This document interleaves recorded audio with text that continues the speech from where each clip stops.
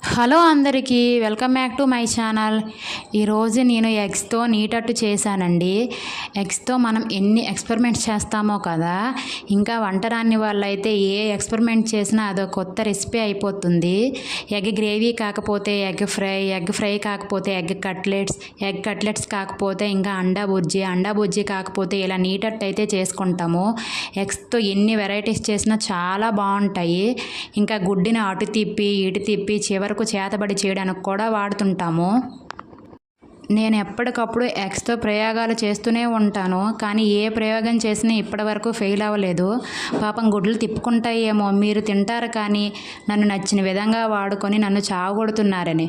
అవును, నాకు డౌటు, గుడ్డు ముందా కోడి ముందా ఎప్పటి నుంచో ఈ డౌట్ ఉండిపోయిందండి.